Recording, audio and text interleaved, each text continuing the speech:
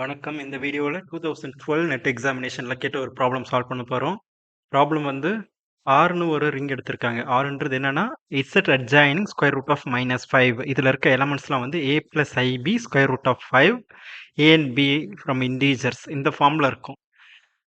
And இன்னொரு element எடுத்துக்கிறாங்க இந்த செட்ல இருந்து, இந்த ரிங்ல இருந்து, அதாவது 3 + i ரூட் 5ன்னு அது ஆல்ஃபான்னு சொல்கிறாங்க. ஓகே. இப்ப 4 ஆப்ஷன்ஸ் குடுத்திருக்காங்க. இதுல எதெல்லாம் சரின்னு சொல்லி கேட்டிருக்காங்க. இந்த எடுத்துக்கிட்ட எலமெண்ட் ஆல்ஃபா, அதாவது 3 + i ரூட் 5ன்றது வந்து பிரைமா இல்ல இர்ரெடியூசிபிளான்னு 2 ஆப்ஷன் குடுத்திருக்காங்க. பிரைம்னு ஒரு ஆப்ஷன், இர்ரெடியூசிபிள்னு ஒரு ஆப்ஷன் குடுத்திருக்காங்க. அதுக்கு அடுத்தது ஆப்ஷன் சி வந்து இந்த குடுத்திருக்க ஆர் வந்து யூனிக் ஃபேக்டரைசேஷன் டொமைன் இல்லன்னு சொல்றாங்க. அதுக்கு அடுத்தது ஆப்ஷன் டில வந்து அதே ஆர் வந்து இன்டெக்ரல் டொமைனே கிடையாதுன்னு சொல்றாங்க. ஸோ இப்போ இதை நம்ம சால்வ் பண்ணணும். இப்போ இதெல்லாம் சொல்லணும்னா நமக்கு யூனிக் ஃபேக்டரைசேஷன் டொமைன்னா என்னன்னு தெரியணும், இன்டெக்ரல் டொமைன்னா என்னன்னு தெரியணும், ஆல்ஃபா இஸ் பிரைம் அப்படின்னா என்னன்னு தெரியணும், ஆல்ஃபா இஸ் இர்ரெடியூசிபிள் அப்படின்னா என்னன்றதெல்லாம் தெரியணும். ஓகே. நான் வந்து இந்த யூனிக் ஃபேக்டரைசேஷன் டொமைன், இன்டெக்ரல் டொமைனுக்கான டெஃபினேஷன்ஸ் வந்து தெரியும்னு அஷ்யூம் பண்ணிக்கிறேன். அதனால நான் அதை எழுதலைங்க. மேபி ரீகால் பண்ணலாம். ஒரு இன்டெக்ரல் டொமைன்னா என்னன்னா அதில் ஜீரோ டிவைசர்ஸே இருக்கக்கூடாது. அதாவது ஜீரோ டிவைசர்ன்றது வந்து அந்த ரிங்ல இருந்து ஒரு கம்யூட்டேட்டிவ் ரிங் வித் யூனிட்டி அதில் வந்து இப்படி 2 எலமெண்ட் எக்ஸிஸ்ட் ஆகுது. இது 2 நான் ஜீரோ எலமெண்ட் சச் தட் இதோட ப்ராடக்ட் 0 கிடைக்குதுன்னா இந்த ஏவை வந்து ஜீரோ டிவைசர் அப்படின்னு சொல்லுவோம். இந்த மாதிரி எலமெண்ட்ஸ் வந்து ஒரு கம்யூட்டேட்டிவ் ரிங் வித் யூனிட்டியில் இல்லவே இல்லை, இந்த மாதிரியான எலமெண்ட்ஸே இல்லை அப்படின்னா அதுதான் இன்டெக்ரல் டொமைன்னு சொல்லுவோம். ஓகேங்களா? இங்கே ஆரை வந்து இன்டெக்ரல் டொமைன் கிடையாது அப்படின்னு சொல்லியிருக்காங்க. சப்போஸ் இது இன்டெக்ரல் டொமைன் கிடையாதுன்னா என்ன அர்த்தம்? இதில் ஒரு நான் ஜீரோ எலமெண்ட் எக்ஸிஸ்ட் ஆகுது ஏன்னு சொல்லிட்டு, மேபி a + ibன்னு இங்கே நான் நொட்டேஷன் வச்சிருக்கனால இங்கே நான் ஓகே அதை நீங்கள் புரிஞ்சுக்கோங்களேன். இங்கே கீழே டெஃபினேஷனில் கூட நான் ஏ அப்படி ஏபிசிலாம் யூஸ் பண்ணியிருக்கேன். இந்த ஏவும் இங்கே சொல்கிறேன், இந்த ஏவும் வேறு. இது வந்து ஒரு இன்டெக்ரல் டொமைனோட எலமெண்ட். இங்கே இருக்க ஏபின்றதுலாம் இண்டீஜர்ஸ். இந்த பர்டிகுலர் இன்டெக்ரல் டொமைனில் இருக்க ஒரு எலமெண்டோட ஒரு பார்ட்டு தான் ஏபிலாம். ஓகே சார், நொட்டேஷன் நீங்கள் புரிஞ்சுப்பீங்கன்னு நினைக்கிறேன். ஓகே. இப்போ a நாட் ஈக்குவல் டு 0, இப்போ b வந்து நாட் இன்டெக்ரல் டொமைன் எடுத்துக்கிட்டா a not equal to 0 and b not equal to 0 but ab is equal to 0. இந்த மாதிரி abன்ற எலமெண்ட்ஸ் வந்து ஆரில் எக்ஸிஸ்ட் ஆகும். ஓகேங்களா? ஒரு நான் ஜீரோ எலமெண்ட் எக்ஸிஸ்ட் ஆகும். அதை இன்னொரு நான் ஜீரோ எலமெண்டோட ப்ராடக்ட் பண்ணும்போது 0 கிடைச்சிரும். அப்போ இங்கே அப்சர்வ் பண்ணுங்களேன், இந்த செட் ஆறுன்றது என்ன? It is a subset of set of complex numbers. அப்போ இந்த எலமெண்ட் வந்து இதுலேயும் இருக்கும், இதுலேயும். அப்போ இது ஜீரோ டிவைசர் தான். செட் ஆஃப் காம்ப்ளெக்ஸ் நம்பர்ஸ்லையும் இது ஜீரோ டிவைசராக இருக்கும். அப்போ என்ன சொல்லிடலாம் நாம? சின்றது நாட் அன் இன்டெக்ரல் டொமைன். ஏன்னா அதுலேயே ஜீரோ டிவைசர் இருக்கு. ஆனால் நமக்கு என்ன தெரியும்? C is a field and every field is an integral domain. அப்போ சின்றது இன்டெக்ரல் டொமைன் தான். அப்போ அதுக்கு கான்ட்ரடிக்ஷன் ஆகுது. நான் இந்த செட்டு, இந்த ரிங் ஆரில் ஒரு இன்டெக்ரல் டொமைன் இருக்குன்னு, சரி ஒரு ஜீரோ டிவைசர் இருக்கு, இது இன்டெக்ரல் டொமைன் இல்லை அப்படின்னு எடுத்துக்கிட்டேன்னா சி இன்டெக்ரல் டொமைன் அப்படிங்கிறதுக்கு கான்ட்ரடிக்ட் பண்ணுது. அப்போ ஆனால் நமக்கு தெரியும் சி இஸ் அன் இன்டெக்ரல் டொமைன்ன்றது நமக்கு நல்லா தெரிஞ்ச ஒரு ரிசல்ட்டு. அப்போ R is not an integral domain அப்படின்றது வந்து தப்பு. இது இன்டெக்ரல் டொமைன் தான். அதுக்கு அடுத்தது இந்த ஆப்ஷன் ஏபியை பற்றி பார்ப்போம். ஸோ அப்போ ப்ரைம் எலமெண்ட்னா என்ன, இர்ரெடியூசிபிள் எலமெண்ட்லாம் என்னன்னு தெரிஞ்சாதான் அதை நம்ம சால்வ் பண்ண முடியும். ஒரு இன்டெக்ரல் டொமைனில் ஒரு எலமெண்ட்டை எப்போ இர்ரெடியூசிபிள் எலமெண்ட்னு சொல்லணும்னு வச்சுங்களேன். சப்போஸ் ஏன்னு ஒரு எலமெண்ட் என்னோட இன்டெக்ரல் டொமைனில் எடுத்துக்கிறேன். இது எப்போ இர்ரெடியூசிபிள்னு சொல்லணும்னா whenever this A can return as a product of B and C. இதை வந்து எப்பெல்லாம் என்னால் ப்ராடக்ட் ஆஃப் 2 எலமெண்ட்ஸாக எழுத முடியுதோ அப்போ எல்லாமே அந்த 2 எலமெண்ட்ஸில் ஏதாவது ஒன்று யூனிட்டாக இருக்கணும். அப்படி இருந்தால் தான் இர்ரெடியூசிபிள். சப்போஸ் அந்த எலமெண்ட் ஏவை நான் ப்ராடக்ட் ஆஃப் 2 நான் யூனிட் எலமெண்ட்ஸாக எழுதிட்டேன்னா அது இர்ரெடியூசிபிள் கிடையாது. அப்போ அது ரெடியூசிபிள்னு சொல்லுவோம். ஓகேவா? இதுதான் இர்ரெடியூசிபிளுக்கான டெஃபினேஷன். இது வந்து ஒரு இன்டெக்ரல் டொமைனில் இருக்க எலமெண்ட்ஸ்க்கு தான் சொல்லுவோம். சப்போஸ் இந்த R is not in integral domain நீங்கள் வந்திருந்ததுன்னு வச்சுக்கோங்க, இது சரியாக இருந்ததுன்னா இந்த ஆப்ஷன் ஏபி வந்து ராங் ஆகிடும். ஓகேங்களா? இது வந்து இந்த ப்ரைமு இர்ரெடியூசிபிள்ன்ற எலமெண்ட்ஸ்லாம் வந்து ஒரு இர்ரெடியூசிபிள் டொமைனில் இருக்க எலமெண்ட்ஸை பேசுகிற விஷயம். அடுத்தது இந்த எலமெண்ட் எப்போ ப்ரைம்னு சொல்லுவோம்னா எப்பெல்லாம் இந்த ஏ வந்து ப்ராடக்ட் ஆஃப் 2 எலமெண்ட்ஸை டிவைட் பண்ணுதோ, எய்தர் ஏ ஏ அந்த ஏ வந்து பியை டிவைட் பண்ணும், இல்ல ஏ வந்து சியை டிவைட் பண்ணும். அந்த ப்ராடக்ட்ல இருக்க ஏதாவது ஒரு நம்பரை வந்து ஏதாவது ஒரு எலமெண்ட்டை வந்து அதை டிவைட் பண்ணி ஆகணும். ரெண்டையுமே டிவைட் பண்ணல. இந்த ப்ராடக்ட்டை டிவைட் பண்ணது, ஆனா தனித்தனியா டிவைட் பண்ணல. 2 எலமெண்ட்டுமே டிவைட் பண்ணலைன்னா அது பிரைம் இல்ல. ஓகே. இதுதான் இர்ரெடியூசிபிள் எலமெண்ட், பிரைம் எலமெண்ட்டுக்கான டெஃபினேஷன். இங்க இந்த இர்ரெடியூசிபிள் எலமெண்ட், பிரைம் எலமெண்ட் எல்லாம் நம்ம ஒர்க் அவுட் பண்ணணும்னா, நமக்கு இந்த ஒரு நார்ம் ஃபங்க்ஷன் தேவை. இது இருந்தா தான் பண்ண முடியும். ஓகே. இந்த நார்ம் ஃபங்க்ஷன் எப்படி வருதுன்னா, இது வந்து subset of set of complex numbers இருக்கு. நம்ம காம்ப்ளெக்ஸ் நம்பர்ஸ்ல நார்ம் டிஃபைன் பண்ண தெரியும். அதே தான் இங்க பண்றோம். இப்ப நார்ம் ஆஃப் a + ib√5ன்றது இதோட நார்ம் இதுதான். a² + 5b². இந்த மாடுலஸ் கூட போட வேண்டிய அவசியம் இல்ல. ஏன்னா இது எல்லாமே positive values. a² positive, b² positive, 5 is positive. அப்ப இந்த இந்த எக்ஸ்பிரஷனே வந்து ஒரு பாசிட்டிவ் இண்டீஜரை தான் குறிக்குது. அதே போல நல்லா தெரிஞ்சுக்கோங்க, இது இண்டீஜரை குறிக்குது. இங்க வந்து ஒரு ரியல் நம்பர்லாம் வராது. அதாவது ஒரு ரேஷனல், இரேஷனல் நம்பர்ஸ்லாம் இங்க வராது. இது வந்து பக்கா இண்டீஜர் நம்பர் தான். நார்ம் ஆஃப் இந்த இந்த இன்டெக்ரல் டொமைன்ல இருந்து ஒரு எலிமெண்ட் எடுக்கிறோம்னா அதோட நார்ம் வந்து ஒரு இண்டீஜரா தான் இருக்கும். அண்ட் இந்த நார்ம்க்கு வந்து ஒரு 4 ப்ராப்பர்ட்டி இருக்கு. இது என்ன, இதோட ப்ரூஃப்ஸ் எல்லாமே 2 லைன் தான். இந்த ப்ரூஃப் நீங்க போட்டு பாருங்க. இந்த ப்ராப்பர்ட்டி ஃபர்ஸ்ட் என்ன சொல்லுதுன்னா, நார்ம் ஆஃப் எக்ஸ் வந்து 0னா அந்த எக்ஸ் 0ன்ற எலிமெண்ட்டுக்கு மட்டும்தான் நார்ம் வேல்யூ வந்து 0 வரும்னு சொல்லுது இந்த ஃபர்ஸ்ட் ப்ராப்பர்ட்டி.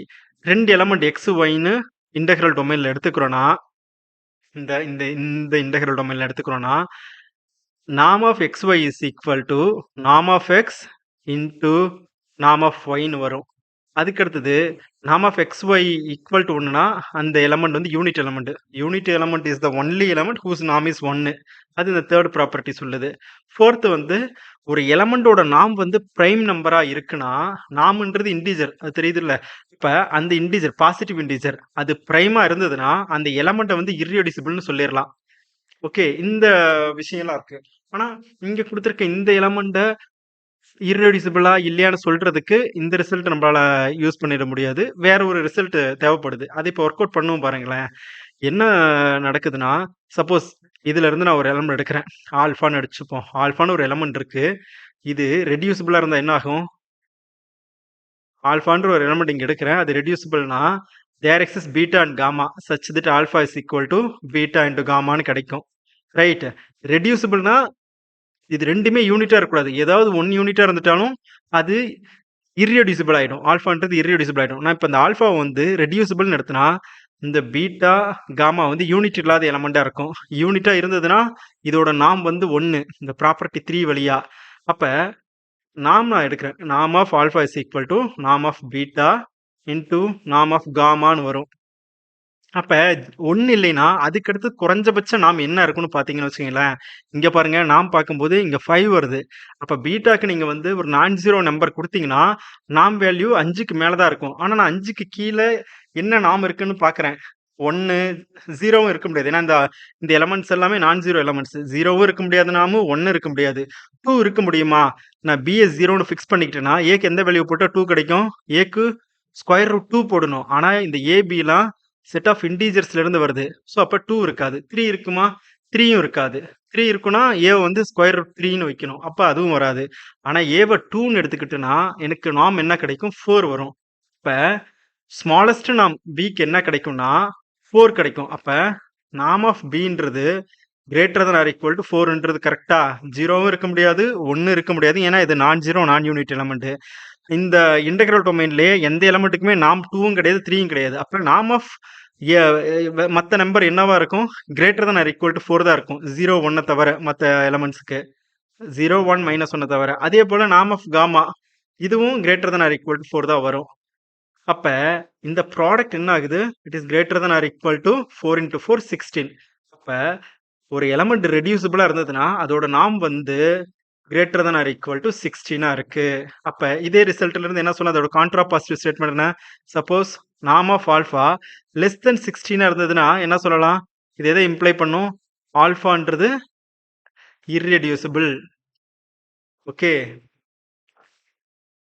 அப்ப இந்த ஒரு ரிசல்ட் நம்ம வந்திருக்கோம். Norm of alpha less than 16ஆ இருந்ததுன்னா, ஆல்ஃபா இஸ் இர்ரெடியூசிபிள்ன்றது வந்து ஒரு முக்கியமான ரிசல்ட்.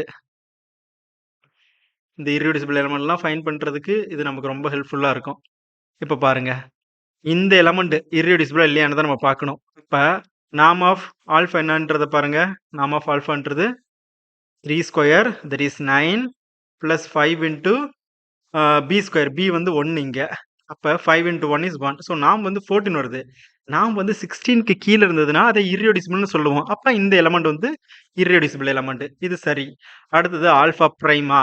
சப்போஸ் இது பிரைம் இல்லைன்னு சொல்லணும்னா நமக்கு பிசின்னு 2 எலமெண்ட் கிடைக்கணும்.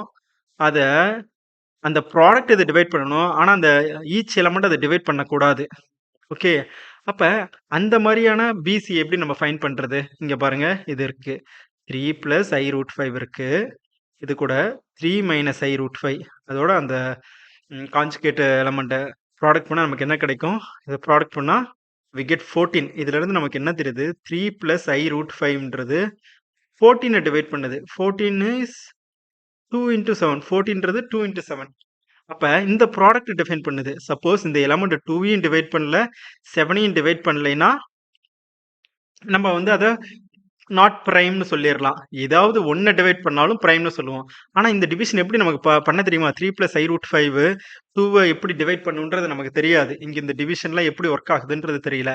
ஸோ இங்க அகைன் நமக்கு இந்த நார்ம் ஃபங்ஷன் தான் ஹெல்ப் பண்ண போகுது. சப்போஸ் 3 பிளஸ் ஐ ரூட் 5 வந்து 2 டிவைட் பண்ணா என்ன சொல்லலாம்? 2 3 பிளஸ் ஐ ரூட் 5 இன்டு சம் இசட். இசட்ன்றது நம்மளோட இன்டெக்ரல் டொமைன் இந்த ஆர்ல இருக்க ஒரு எலமெண்ட். இப்படி எழுதலாம். இது வந்து இத டிவைட் பண்ணுது. இந்த டொமைன்ல டிவைட் பண்ணுதுன்னா 2வ இப்படி எழுதலாம். இப்ப நார்ம் அப்ளை பண்ணுங்க. நார்ம் ஆஃப் 2 என்ன? நார்ம் அப்ளை பண்ணா நார்ம் ஆஃப் 2ன்றது 4.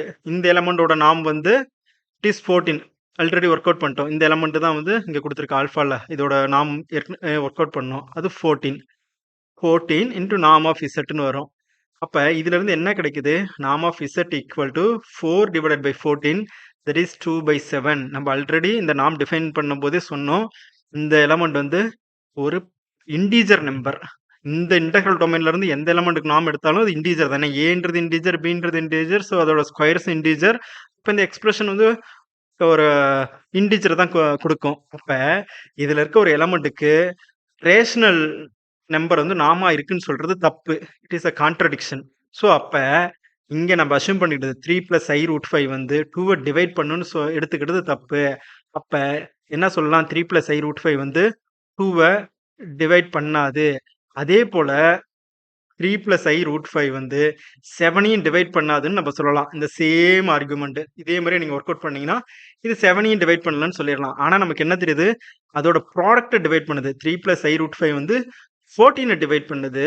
ஆனா 2 இன்டு 7 டிவைட் பண்ணல. அப்ப இந்த ஆல்ஃபான்றது பிரைம் கிடையாது. அப்புறம் யூனிக் ஃபேக்டரைசேஷன் டொமைன்றது என்னன்னா, இந்த இன்டெக்ரல் டொமைன்ல இருக்க எலமெண்ட்க்கு எல்லாம் ஃபேக்டரைசேஷன் எக்ஸிஸ்ட் ஆகும். அப்படி எக்ஸிஸ்ட் ஆகுற ஃபேக்டரைசேஷன் வந்து ஒரு யூனிக் ஃபேக்டரைசேஷனா இருக்கும். ஆனா இங்க பாருங்க 14ன்ற இந்த எலமெண்ட்க்கு இப்படி ஒரு ஃபேக்டரைசேஷன் எக்ஸிஸ்ட் ஆயிருக்கு. 2 இன்டு 7ன்னு இன்னொரு ஃபேக்டரைசேஷன் எக்ஸிஸ்ட் ஆயிருக்கு. 2 டிஃபரண்ட் ஃபேக்டரைசேஷன்ஸ் வந்து எக்ஸிஸ்ட் ஆயிருக்கனால இது யூனிக் ஃபேக்டரைசேஷன் டொமைன் கிடையாது. So option C is wrong. Okay. இதுதான் இன்னைக்கான ப்ராப்ளம். இத நீங்க பாருங்க. உங்களுக்கு எதுவும் டவுட்ஸ் இருந்தா கமெண்ட் செக்ஷன்ல கேளுங்க. நாளைக்கு இன்னொரு ப்ராப்ளத்தோட சொல்யூஷன்ல பார்க்கலாம். Thank you.